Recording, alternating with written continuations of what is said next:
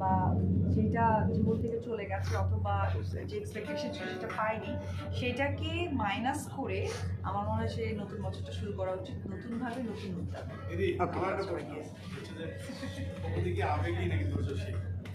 দুটোই, অবশ্যই মানুষ আবেগ আছে এবং ধৈর্য মানুষের দিকটাও। দিদি একটা লাস্ট প্রশ্ন ভাই এটা লাস্ট মানে লাস্ট জানতে চাই রূপের রহস্য। হ্যাঁ, আর এটা ফিটনেসের পেছনে দিনের বাদ দিন কিন্তু বাড়ছে। হ্যাঁ, এত রূপবতী হয়ে ওঠার কারণ কি? আচ্ছা, প্রথমে বলবো নারী সুন্দর, এটা বিকল্প থাকে না। এটা ছোটবেলা থেকে শুনে এসেছি যে ছেলে মেয়ের মাঝে প্রথমেই বলে মেয়েরা সুন্দর হয়, তো এটা তো একটা কারণ আছে।